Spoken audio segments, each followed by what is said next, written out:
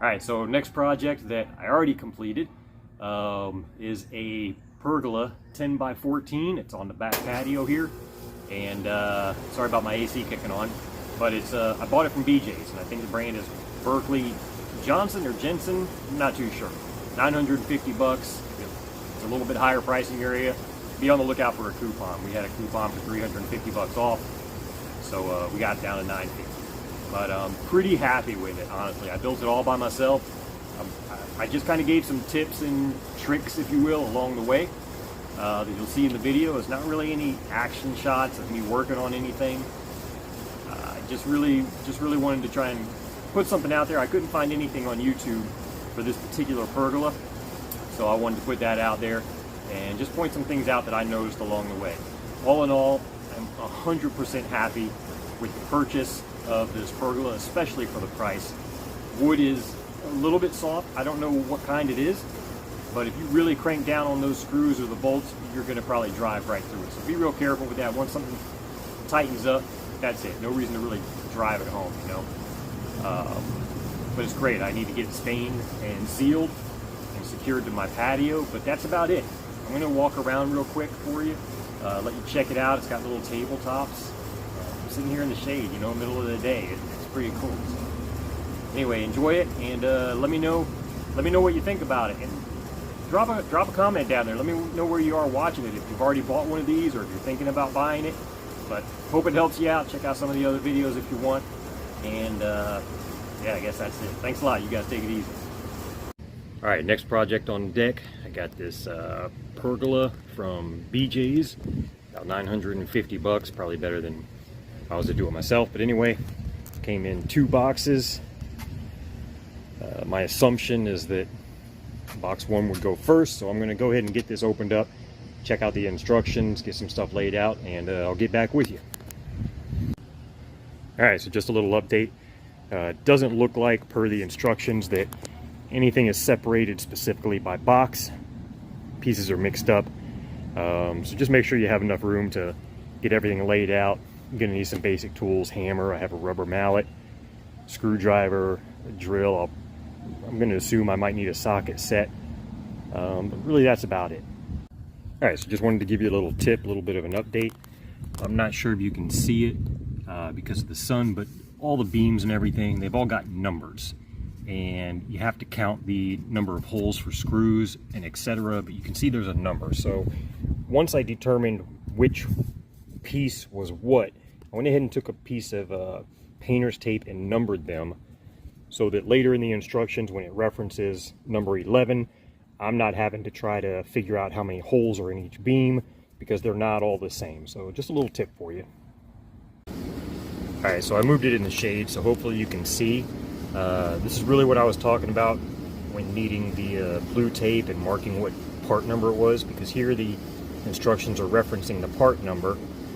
And if you can see all these little holes and everything, instead of again trying to figure out which one is number 3, which one is number 6, etc., I've got them all marked up, so we'll move a little bit faster. Anyway, just a little tip. It's helping me. Hopefully it helps you. All right, so another thing I want to mention, wasn't going to mention this, but since I'm filming right now, when you go to put this section together, you've got a thicker piece on one side than the other. It will call for 2 different size screws. Pay attention. The longer one obviously goes on this side. The shorter one obviously goes on this side. But anyway, what I wanted to talk about was screwing these in. Everybody's going to be using a drill. If you're using a screwdriver, I don't know what the hell you're thinking, but don't just crank these down as hard as you can. Wait until they get a little snug. This wood, I don't know what kind of wood it is. I don't know my oak, fir, whatever. But if you really crank this down and you don't pay attention to what you're doing, you will probably drive all the way through. So just be cautious of that. Once it snugs up, you're probably going to be good to go. All these pieces are going to be put together and should hold themselves together pretty well. All right, so keep in mind this is a kit, and everything might not line up perfectly, or the notch might be a little bigger than it should be, and that's why I mentioned having a rubber mallet. I've got this just a random piece of 2x4 that I'll use up against it, so I'm not marring up the actual pergola piece itself. And I know someone's probably going to mention it, that I should be using wood glue to connect these in addition to the screws that I'm using. And you're probably right, I could use it, but the time that would take, and being out here in the sun, and the length of time that this is probably going to last anyway, I'm not going to worry about adding any kind of glue. If it starts coming apart, I can get little brackets, hold it together. Honestly, if I get a good 8 to 10 years out of this, I'll be pretty happy, especially for the price I paid. But just wanted to talk about that. If you want to use glue, absolutely go right ahead. All right, so following the numbers on the instructions, and really unsure which directions these would pull from, whether the bolt goes here or goes from the other side and pulls it down, which I guess now thinking about it, because there are barbs, it would make sense for it to pull it down, but I wasn't thinking about that. So I was getting confused between which numbers these were. They're not the same, and it was a little difficult to determine which piece went with which wall, if you will. And after fidgeting with it, you know, just realize that all of this needs to be flush and in the same direction. It's a little difficult to see in the instructions, but if you think about that, and you think about the washer or grommet, whatever it is, that it's going to pull from underneath. So the bolt will go from the underside, and it will pull that into the wood to make it more secure. Those barbs should have been a big giveaway for me, but I was kind of overlooking that. And anyway, there you go. All right, so I guess we're going to call this phase 1. Got all 4 corners complete. I've got the 2 sides connected, and it goes this way. So obviously I'll have to do more connections, but I'm kind of done for the day. I was hoping to get this all done in one day, but honestly I'm taking my time. It's hot out here. I'm taking a break every 15 minutes or so. But I don't know if 2 people could do this at the same time, just because you have to complete one piece to put it to another piece. But maybe later on, as it progresses, 2, maybe 3 people could get involved and speed it up, but I'm just doing it by myself. But anyway, I'll catch up with you guys tomorrow. Okay, so far the instructions are pretty good. I don't know if you can see it, but you really want to pay attention to the picture and look for any extra holes that might be indicated, because all of these look the same. However, when you look over here in comparison to the diagram, you'll see there are some extra holes. So just be aware of that when you're picking whichever piece it is you need to build. I just made a mistake. I didn't notice that when I was putting the arches together. So actually I had to take them apart. When I went to put them up, I noticed there were extra holes, and I got kind of confused, but looking again at everything, I realized I made a mistake. So I had to take it all apart, and this wood is not very durable, I would say. So screwing in, screwing out can kind of test its integrity a little bit. And be careful when you're screwing stuff in as well. Don't really torque them down. If you slip off, you're gonna dig a hole into this for sure. I'm gonna end up staining and sealing this, but I won't be doing that in the video. But again, I'm still really happy with the way that it's coming out so far. Okay, so remember earlier what I said about these grommets and how it makes sense for the bolt to go in this way to pull that in closer. So if I would have looked ahead in the instructions, I would have seen that the outer arch goes on the outside.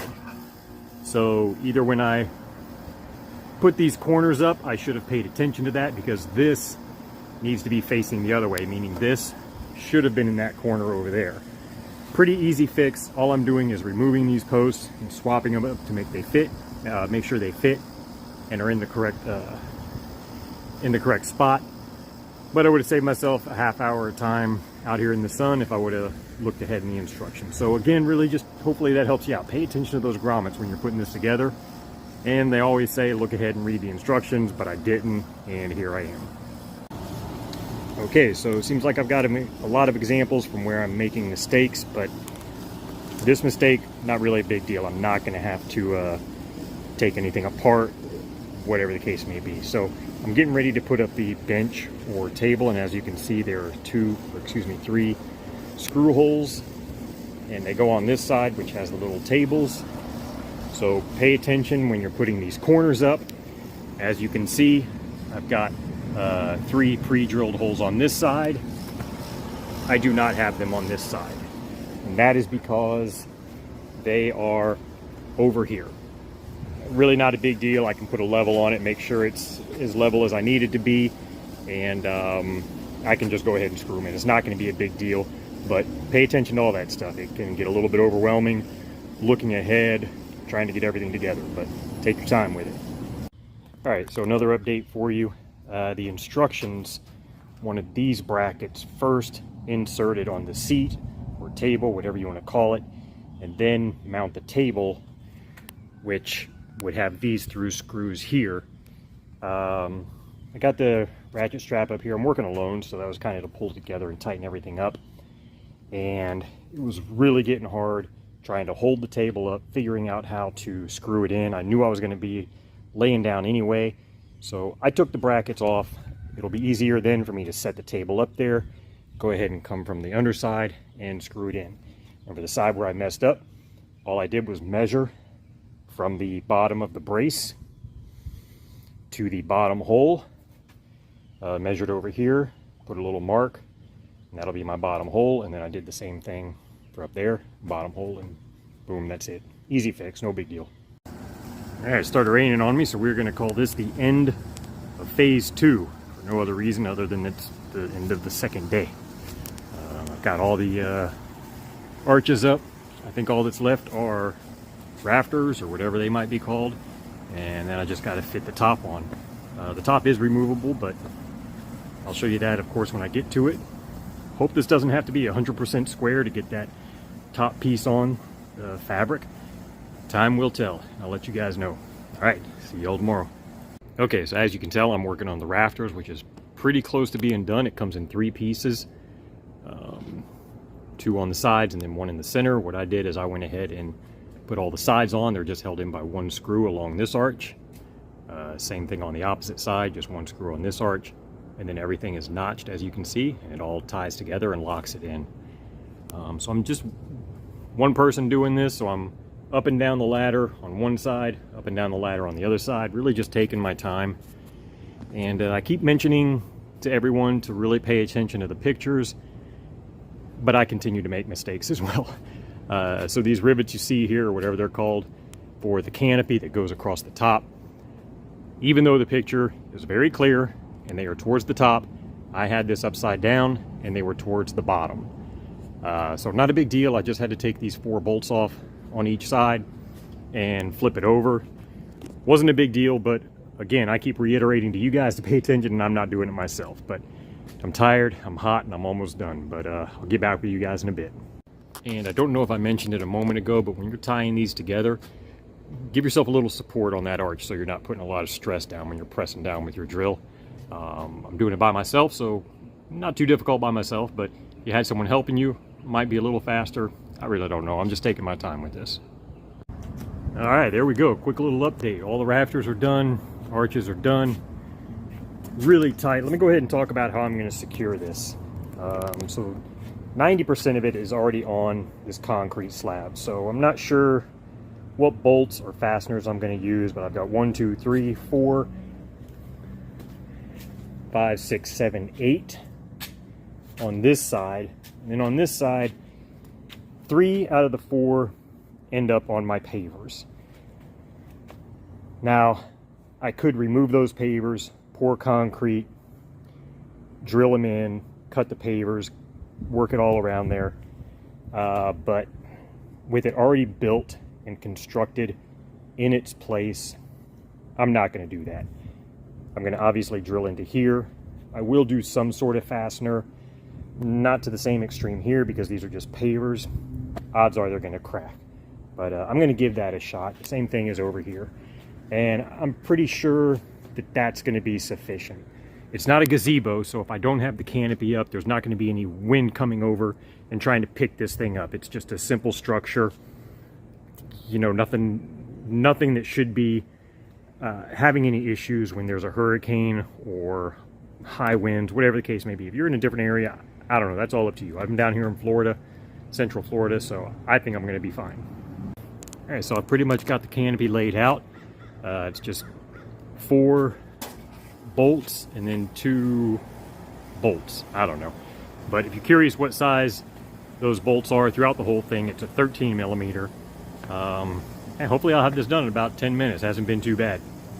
Okay, so first issue that I've found that hasn't really been my error is the washers that secure this are not large enough. This thing is gonna come off anyway, so if you don't have any washers, run to Home Depot, grab some larger diameter washers, or else this is not gonna hold. Luckily I've got some. All right, so I'm on the inside of the pergola, and you can see it's got a canopy. It's actually removable. It's held down by, I think it's 6 bolts on both sides.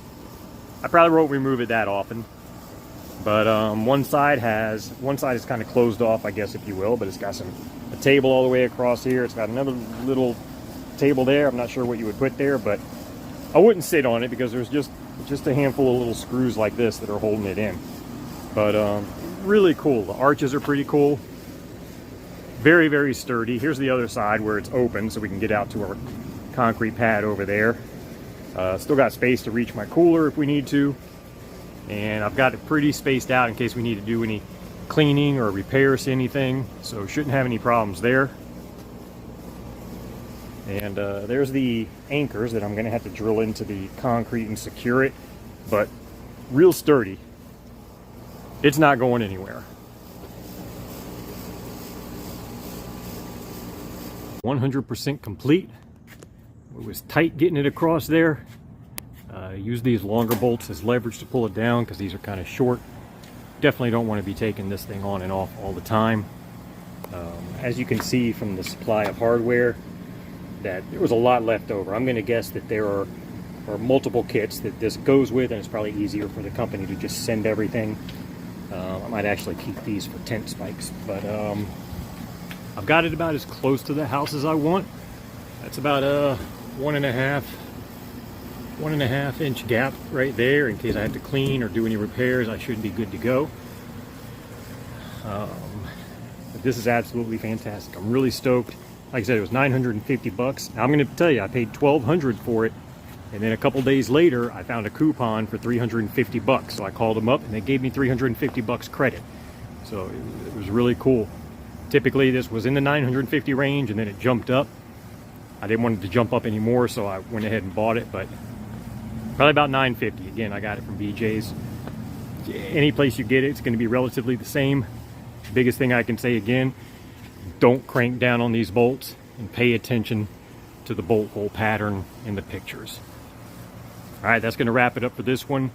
I'm still working on building another bike, so just stay tuned, and hopefully we'll get that one done soon. It's going to be a mountain bike to BMX conversion, I hope. All right, take it easy. Thanks. Oh, hey, subscribe and check out my other videos. Like it, whatever. Do all that stuff, right? Help me out. All right, cool.